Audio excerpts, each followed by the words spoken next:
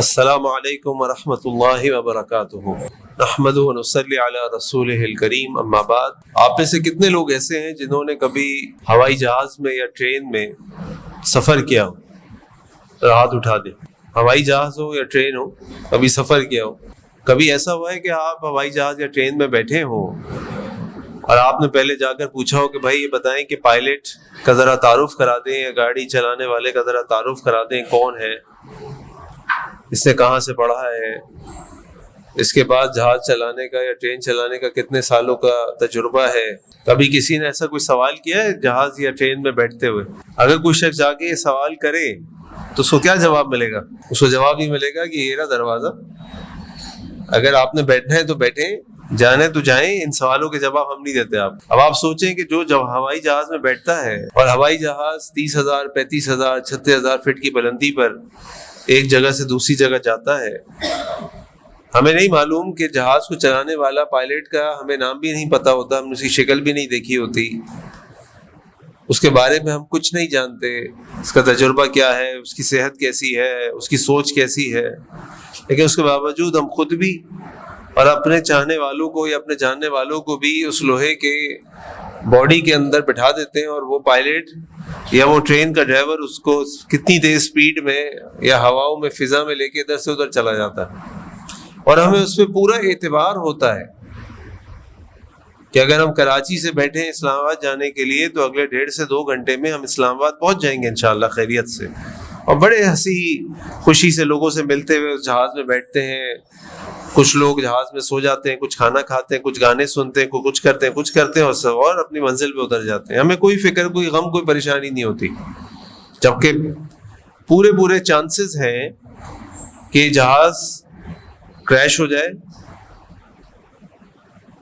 یہ پائلٹ جہاز کو صحیح طرح اٹھا نہ سکے یا واپس زمین پہ اتار نہ سکے۔ یہ ہم دیکھتے ہیں ایکسیڈنٹس ہمارے سامنے آتے ہیں، لیکن کتنا یقین ہوتا ہے ہمیں اس کے اوپر۔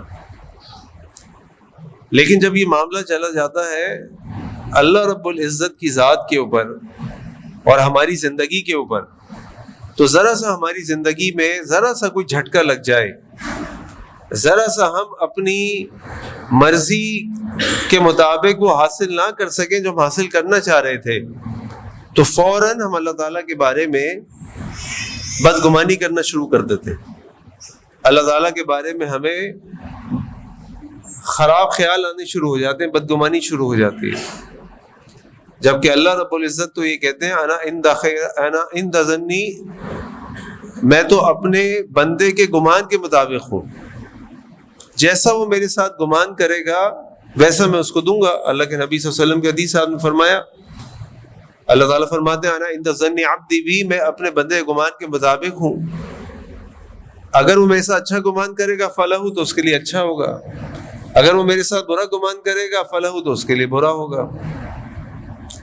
تو اللہ رب العزت کے ساتھ جو علی کل شیء قدیر ہے، جو رب العالمین ہے، جو العلیم ہے، الحکیم ہے، الخبیر ہے، سب کچھ جانتے ہیں، سب کچھ دیکھتے ہیں، سب چیز کی خبر رکھتے ہیں، وہ ہماری زندگی میں ذرا سا بھی کچھ ادھر سے ادھر ہو جائے تو ہم فوراً ناشکری کرنا شروع کر دیتے ہیں۔ آپ قرآن و سنت کی طرف نظر ڈالیں تو آپ دیکھیں گے کہ کس طریقے سے اللہ تعالیٰ نے انبیاء کے واقعات ہمارے سامنے رکھے۔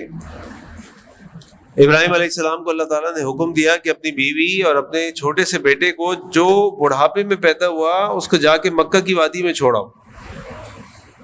وہ لے کر نکل پڑے، اور جب وہ وہاں پر اپنی بیوی کو اور اپنے بیٹے کو چھوڑ کے جانے لگے تو ان کی بیوی نے پیچھے سے ان کو آواز دی، یا ابراہیم یا ابراہیم۔ ابراہیم علیہ السلام نے ان کی طرف مڑ کے بھی نہیں دیکھا، چلتے رہے، یہاں تک کہ ان کی بیوی نے ان کو آواز دی، اللہ امرک بہذا، کیا اللہ نے ابراہیم تم کو اس چیز کا حکم دیا ہے کہ تم مجھے یہاں چھوڑ دو میرے بچے کے ساتھ؟ اور ابراہیم علیہ السلام نے کہا نعم، ہاں اللہ نے مجھے حکم دیا۔ اور ان کی بیوی کے اللہ تعالیٰ کے ساتھ حسن و ظن یہ تھا کہ انہوں نے کہا اذن لا یضیعن اللہ، اگر ایسا ہے تو اللہ ہمیں ضائع نہیں کریں گے۔ اور اللہ تعالیٰ نے ان کی حفاظت کی، ان کے بیٹے کی حفاظت کی۔ اللہ تعالیٰ نے اسماعیل علیہ السلام کے پاؤں جہاں وہ مارتے تھے وہاں سے حوض کوثر کو نکال دیا، وہاں سے پانی روا ہو گیا، جو آج بھی روا ہے اور قیامت تک روا رہے گا۔ اور آج ہمیں اس عورت کی جو جہاں سے وہ ادھر سے ادھر بھاگی اپنے بچے کے لیے، جو کچھ انہوں نے کیا، آج جو شخص بھی حج یا عمرے کے لیے جاتا ہے اللہ تعالیٰ نے اس کے لازم کر دیا کہ اس نے وہ سعی صفا مروہ کی کرنی ہے. جہاں وہ اپنے بچے کے پانی کے لیے بھاگی وہاں ہم نے بھی دوڑنا ہے مردوں نے. آپ دیکھیے اللہ تعالیٰ سے انہوں نے حسن و ظن کیا، اچھا گمان کیا، اللہ تعالیٰ نے ان کو عطا کر دیا. موسیٰ علیہ السلام کی قوم کو لے کر نکلے، انہوں نے کہا کہ اب نکلنا ہے.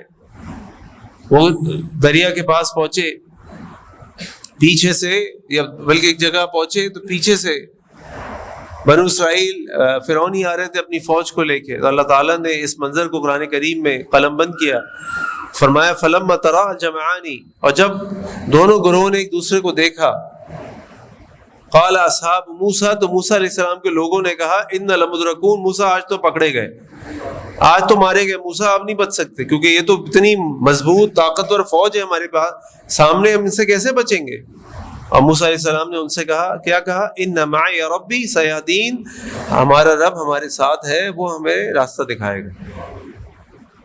نبی کریم صلی اللہ علیہ وسلم ہجرت کے لیے نکلے. پورے مکہ کے لوگ جو تھے وہ آپ صلی اللہ علیہ وسلم کی جان کے دشمن تھے. قتل کرنے کے لیے، شہید کرنے کے لیے گھر کے باہر گھیرا کیا ہوا تھا.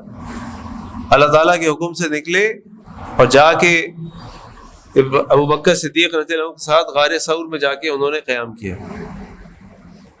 اب مکے والے ان کی تلاش میں نکل پڑے، پیچھے لوگوں کو لگا دیا، انعامی رقم کا اعلان کر دیا، سب لوگ لگے کسی طرح محمد رسول اللہ صلی اللہ علیہ وسلم کو پکڑ لیں. یہاں تک کہ وہ غار ثور کے پاس پہنچ گئے.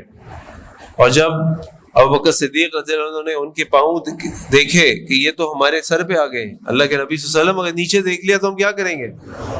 تو آپ نے کیا اللہ تعالیٰ کے ساتھ گمان کیا، کیا حسن ظن رکھا، ما ظنک یا ابا بکر، اے ابو بکر تمہارا کیا گمان ہے، باثنین، ان دونوں کے بارے میں، اللہ ثالثہما، جن کا تیسرا اللہ ہے، لا تحزن، تو فکر نہ کرو، ان اللہ معنا، اللہ ہمارے ساتھ ہے. کیونکہ اللہ نے حکم دیا ہے، اللہ نے اجازت دی ہے، اللہ نے جانے کو کہا ہے. اور اللہ وہ اللہ ہے جو ہم سے ہماری ماؤں سے زیادہ محبت کرتا ہے. وہ اللہ ہمیں کیسے ضائع ہونے دے گا، وہ اللہ ہمیں کیسے نامراد ہونے دے گا. ہم بعض اوقات یہ سمجھتے ہیں کہ جو چیز ہم چاہتے ہیں یا جس چیز کی ہم دعا کرتے ہیں وہ چیز ہمیں نہیں ملی تو اس کا مطلب یہ ہے کہ بس اللہ ہم سے ناراض ہے. ایسا نہیں ہے. یہ بات میں آپ کے سامنے پہلے بھی رکھ چکا ہوں کہ جب دیکھیں نبی کریم صلی اللہ علیہ وسلم نے اسلام کی دعوت دی مکے میں، تو مکے والوں نے آپ صلی اللہ علیہ وسلم کے ساتھ بہت برا سلوک کیا. ان بہت برا سلوک کرنے والوں میں ایک شخص کون تھا جس کے نام پر اللہ تعالیٰ نے ایک سورت اتار دی. کون سی سورت اتار دی اللہ تعالیٰ نے؟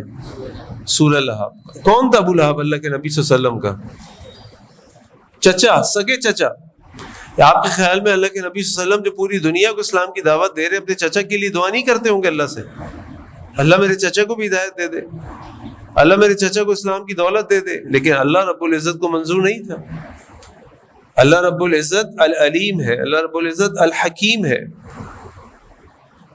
اللہ رب العزت نے اس کے نصیب میں ہدایت نہیں لکھی تھی، اس کو ہدایت نہیں ملی بلکہ اس کے نصیب میں لعنت لکھی تھی. تو اللہ تعالیٰ نے ایک سورت اس کے نام پر اتار دی، تبت یدا ابی لہب وتب. اللہ کی ذات کے ساتھ ہم نے مایوس نہیں ہونا. اللہ تعالیٰ کی ذات کے ساتھ ہمیں ہمیشہ حسن و ظن رکھنا ہے. امام حسن بصری رحمہ اللہ فرماتے ہیں وہ اللہ جس نے قرآن کریم میں 90 دفعہ ہمارے ساتھ رزق کا وعدہ کیا ہے، اس وعدے کو ہم بھول جاتے ہیں. اور وہ شیطان جو ہمیں کہتا ہے، شیطان یعدکم الفقر، شیطان تمہیں فقر کا وعدہ کرتا ہے کہ اگر تم اللہ کی بات مانو گے تو تم فقر و فاقے میں پڑ جاؤ گے. اس کی بات پہ اعتبار کر کے اللہ کے 90 دفعہ کی بات کو بھول کر گناہوں کے راستے پہ نکل جاتے ہیں، حرام کے راستے پہ نکل جاتے ہیں کہ ہمارا رزق تنگ ہو جائے گا، ہمیں رزق نہیں ملے گا، ہمیں فقر آ جائے گا. اور یہی 2-3 چیزیں زیادہ ہوتی ہیں جس پر آ کر ہم بہت زیادہ پریشان ہوتے ہیں. ایک، اگر ہمیں ہمارا کاروبار، ہماری روزی، ہمارا رزق تنگ پڑنے لگتا ہے تو ہم اللہ تعالیٰ کے بارے میں بدگمانی کرنا شروع کر دیتے ہیں. دوسرا، ہمارے خاص طور پہ میں اس لیے آپ سے کہہ رہا ہوں کہ معاملات بہت زیادہ آتے ہیں، اگر ہمارے گھر میں ہماری بچیوں کے رشتے نہیں آتے ہم بہت زیادہ مایوس ہو جاتے ہیں.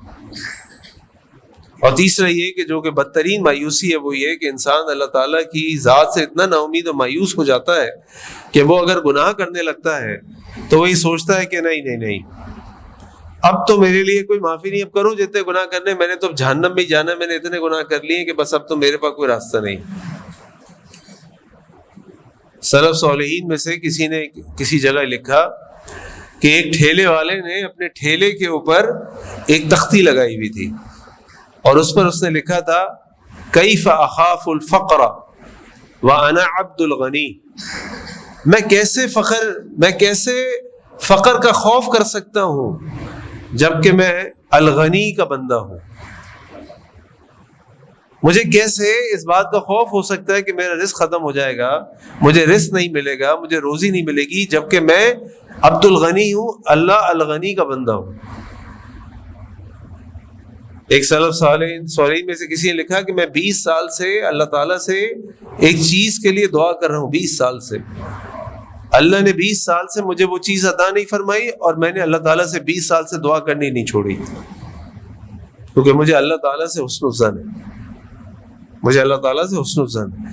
اور یہ حسن الظن اللہ تعالیٰ کی اتنی بڑی نعمت ہے، اگر انسان کو یہ حسن الظن مل جائے اور اس کی بصیرت اور سمجھ مل جائے تو اس کی زندگی کے غم دور ہو جاتے ہیں، اس کی زندگی کے خوف دور ہو جاتے ہیں، وہ ہمیشہ پر امید اور پازیٹیو اور مثبت رہتا ہے۔ کیوں؟ کیونکہ وہ جانتا ہے کہ واللہ یعلم وانتم لا تعلمون۔ اللہ تعالیٰ قرآن فرماتے ہیں نا عسیٰ ان تکرہوا شیئا وہو خیر لکم، عسیٰ ان تکرہوا شیئا وہو خیر لکم، ممکن ہے تمہیں کوئی چیز ناپسند ہو لیکن وہ تمہارے لیے اچھی ہو، وعسیٰ ان تحبوا شیئا وہو شر لکم، اور ممکن ہے کوئی چیز تمہیں پسند ہو لیکن اس میں تمہارے لیے شر ہو، واللہ یعلم وانتم لا تعلمون، اللہ تعالیٰ جانتا ہے تم نہیں جانتے۔ یہ حسن الظن اگر بندے کو مل جائے تو اس سے بڑھ کر اس کے لیے دولت کوئی نہیں، لیکن اس کے لیے انسان کو اللہ پہ یقین ہونا بہت ضروری ہے۔ اس کی میں آپ کو ایک مثال دیتا ہوں۔ ایک چھوٹا سا بچہ ہے، 6 مہینے کا، سال کا، 1.5 سال کا، 2 سال کا، یہاں بچے بیٹھے ہوئے، آپ ان سے کہیں جی ڈاکٹر کے پاس جانا ہے اور ڈاکٹر نے تمہیں انجیکشن لگانا ہے، سوئی لگانی، آپ دیکھیں کیسے یہ چیخیں ماریں گے، پھر بھی آپ زبردستی لے جائیں گے کیونکہ ان کے لیے ٹیکا لگانا ضروری ہے یا انجیکشن لگانا ضروری ہے۔ اور ڈاکٹر ان کا سب سے بڑا دشمن ہوگا زندگی کا، اس سے بڑا دشمن کوئی نہیں ہوگا ان کا۔ اس ڈاکٹر کی شکل دیکھتی ہے بچہ چیخیں مارنا شروع کر دے گا، لاتیں مارنا شروع کر دے گا، جبکہ وہ انجیکشن اس کے لیے اچھا ہے یا برا؟ اس کے لیے اچھا ہے یا برا؟ اچھا ہے، لیکن اس کے لیے اس کو سمجھ نہیں آ رہی، ابھی اس کو سمجھ نہیں آ رہی، اس کا دشمن ہو گیا وہ۔ اچھا آپ 10 سال کے بچے کو ڈاکٹر کے پاس لے جائیں، اس کو انجیکشن لگانا ہو، مثال کے طور پہ اگر کہیں روڈ پہ گر جاتے ہیں تو ٹانگ پھٹ جاتی ہے، گھٹنا پھٹ جاتا ہے، کھال چل جاتی ہے، تو ٹیٹنس کا انجیکشن لگانا ہوتا ہے۔ اب آپ 10 یا 12 سال کے بچوں کو ٹیٹنس کا انجیکشن لگانے لے کے جائیں، اس کو اچھا تو نہیں لگے گا، سوئی لگے گی مجھے، لیکن پھر بھی وہ برداشت کر لے گا کہ یار مجبوری، اب کیا کروں، اب تو چوٹ لگ گئی ہے نا، نہیں لگواؤں گا تو تکلیف ہوگی۔ اس بچے کو یہ احساس ہو گیا کہ یہ سوئی لگنا، انجیکشن لگنا میرے لیے بہتر ہے، لیکن وہ اب اس 6 مہینے، سال، 2 سال کے بچے کی طرح شور نہیں مچا رہا، ٹانگیں نہیں مار رہا، لات نہیں مار رہا، برا بلا نہیں کہہ رہا۔ اور یہی 40 سال کا آدمی ہو، اس کو اللہ نہ کرے شدید قسم کا بخار ہو جائے، ڈائریا ہو جائے، اور ڈاکٹر اس کو کہے کہ بھائی اب تمہیں کوئی دوائی کام نہیں کر رہی، تم دوائی منہ سے کھا رہے ہو، یہ باہر الٹی ہو رہی ہے، اب تمہیں 2-3 دن تک انجیکشن کے تھرو دوائی جائے گی، یا اس کے کنولا لگا دے کہ بس اب 2-3 دن ڈرپ لگے گی، تو وہ بڑی خوشی سے کنولا لگاتا ہے، بڑی خوشی سے انجیکشن لگاتا ہے، تکلیف تو ہوتی ہے نا، چبھن تو ہوتی ہے، اور پھر آخر میں ڈاکٹر کا شکریہ ادا کر کے اس کو فیس دے کر آتا ہے، ڈاکٹر صاحب آپ کا بڑا شکریہ، آپ نے مجھے دوائی دی، آپ نے بتایا، مجھے نے دوائی لی، اللہ کا شکر ہے، 3 دن پہلے جو میری طبیعت تھی آج اللہ کا شکر ہے میں بہت بہتر ہوں۔ ایسا ہوتا ہے کہ نہیں؟ تینوں موقعوں پہ وہ انجیکشن لگنا، وہ 1 سال کا بچہ ہو، 10 سال کا بچہ ہو، 40 سال کا آدمی، اس کے لیے اچھا ہے، لیکن اس کو سمجھ نہیں آ رہا ہوتا۔ بالکل اسی طریقے سے جب ہماری زندگی میں ہمیں کوئی تکالیف آتی ہیں تو ہم سب جانتے ہیں کہ خیر و شر اللہ تعالیٰ کی مرضی سے ہوتا ہے، اللہ تعالیٰ کے ہاتھ میں، اللہ تعالیٰ کی مرضی کے بغیر تو ایک پتہ بھی نہیں ہل سکتا۔ ہمیں سمجھ نہیں آ رہا، لیکن بعض اوقات ہم اس 1 سال کے بچے کی طرح ریئیکشن دینا شروع کر دیتے ہیں. میرے ساتھ کیوں ہو گیا, مجھے انجیکشن کیوں لگا رہے ہو, کیا میں ہی رہ گیا تھا, نہیں میں نہیں لگاؤں گا. بعض اوقات ہم 10 سال کے بچے کی طرح ریئیکٹ کرتے ہیں, ڈاکٹر صاحب اس کے بغیر کچھ ہو سکتا ہے, انجیکشن نہیں لگائیں, دوائی لگا دیں, میں دوائی کھا لوں گا, انجیکشن نہ لگائیں. اور تیسرا کیا ہے, ڈاکٹر صاحب کوئی بات نہیں, اگر ایک نہیں 2 بھی لگانے تو لگا لے, میری جان تو بچ جائے, میں کھڑے ہونے قابل تو ہو جاؤں. تو ایک مومن جو ہوتا ہے نا, جب اس کو اللہ تعالیٰ حسن و ظن کی, اپنے سے اچھا گمان رکھنے کی توفیق عطا فرماتے ہیں, تو اس کے اندر ایک بصیرت آ جاتی ہے, اس کے اندر اللہ تعالیٰ پر یقین آ جاتا ہے. پھر اس کو کوئی انجیکشن زندگی میں لگتا ہے نا, کوئی چوٹ لگتی ہے, کوئی مراد پوری نہیں ہوتی, کوئی تکلیف آتی ہے, کوئی بیماری آتی ہے, کوئی نقصان ہوتا ہے, کہتا ہے کوئی بات نہیں, اللہ اس میں یقیناً میرے لیے بہتری ہوگی. جیسے ابراہیم علیہ السلام کی بیوی نے کہا, اگر ابراہیم تمہیں اللہ نے یہ حکم دیا ہے کہ ہمیں تم اس بیابان وادی میں چھوڑ کے چلے جاؤ, جہاں نہ انسان ہے, نہ پرندے ہیں, نہ کھانا ہے, نہ پینا ہے, تو پھر اللہ مجھے ضائع نہیں کرے گا, مجھے یقین ہے اپنے اللہ کے اوپر. موسیٰ علیہ السلام نے اپنی قوم سے کہا, فکر نہ کرو, کتنا ہی بڑا دشمن ہمارے سامنے ہو, ہم اپنی مرضی سے نہیں نکلے, ہمیں اللہ نے حکم دیا نکلو. تو ان معی ربی, ہمارا رب ہمارے ساتھ ہے, وہ ہمیں راستہ دکھائے گا. اللہ کے نبی صلی اللہ علیہ وسلم ہجرت کے لیے نکلے, کیا تھا ان کے پاس؟ کچھ نہیں تھا. پیچھے پورے قریش مکہ, ان کی فوج, انعامی رقم سب موجود تھی, سر پہ کھڑا ہے دشمن. لیکن اللہ کے نبی صلی اللہ علیہ وسلم کا حسن و ظن اللہ کے ساتھ کہ اللہ, ابو بکر اگر اللہ ہمارے ساتھ ہے تو تم فکر نہ کرو, ان اللہ معنا. تو یاد رکھیں کہ ایک مسلمان مومن کے ساتھ اللہ ہوتا ہے. کوئی بھی چیز کے ساتھ ہو رہی ہے تو وہ اللہ کی مرضی کے بغیر نہیں ہو رہی, بلکہ اللہ الحکیم جو سب سے زیادہ حکمت رکھنے والے ہیں, ان کے حکم سے ہو رہی ہے, ان کی مرضی سے ہو رہی ہے. اور وہ رب العالمین ہے, وہ ہمارے رب ہے جو ہمارے ماں باپ سے زیادہ ہم سے محبت کرتے ہیں. تو ہمیشہ اللہ تعالیٰ پہ اپنا یقین مضبوط رکھیں, اللہ تعالیٰ کے ساتھ اچھا گمان رکھیں. یقیناً آپ میں سے کئی لوگوں کی زندگی میں ایسے مواقع آئے ہوں گے کہ جب آپ نے کسی کام کے کرنے کے بارے میں سوچا, وہ کام نہیں ہوا اور آپ کو شدید قسم کا افسوس ہوا, کاش یہ ہو جاتا, کاش یہ مجھے مل جاتا, کاش میں یہ فیصلہ کر لیتا. اور سال کے بعد, 2 سال کے بعد, 10 سال کے بعد آپ کو احساس ہوتا ہے, اچھا ہوا اللہ تعالیٰ نے اس وقت میرا وہ کام نہیں کروایا, تو شاید آج میں یہاں نہ کھڑا ہوتا, تو شاید آج مجھے یہ چیز نہ ملی ہوتی, تو شاید آج مجھے اس بات کی قدر نہ ہوتی. اللہ کا شکر ہے کہ اللہ نے مجھے اس وقت یہ نہیں دیا. تو لہذا حسن و ظن باللہ ایک مسلمان کی زندگی کے لیے بہت ضروری ہے. اور اس بات کو یاد رکھیں کہ اللہ کے نبی صلی اللہ علیہ وسلم فرمایا, اپنی موت سے 3 دن پہلے تم میں سے کوئی ایسا نہ ہو جس کو اس حال میں موت آئے کہ وہ اللہ تعالیٰ کے ساتھ حسن ظن رکھنے والا نہ ہو. تو ہمیشہ اللہ تعالیٰ کے ساتھ حسن ظن رکھیں, کیونکہ اللہ کے نبی صلی اللہ علیہ وسلم نے حدیث قدسی فرمایا کہ اللہ تعالیٰ فرماتے ہیں, انا عند ظن عبدی بی, میں اپنے بندے کے گمان کے مطابق اس کے ساتھ ہوتا ہوں. فلیظن بی ما شاء, پس وہ جو چاہے میرے ساتھ گمان کرے, جیسا وہ گمان کرے گا ویسا میں اس کے ساتھ ہوں گا. تو اللہ تعالیٰ سے دعا ہے کہ اللہ تعالیٰ ہمیں اپنے ساتھ اچھا گمان کرنے کی توفیق عطا فرمائے. سبحانک اللہم بحمدک, اشہد ان لا الہ الا انت, استغفرک و اتوب الیک. السلام علیکم ورحمۃ اللہ وبرکاتہ.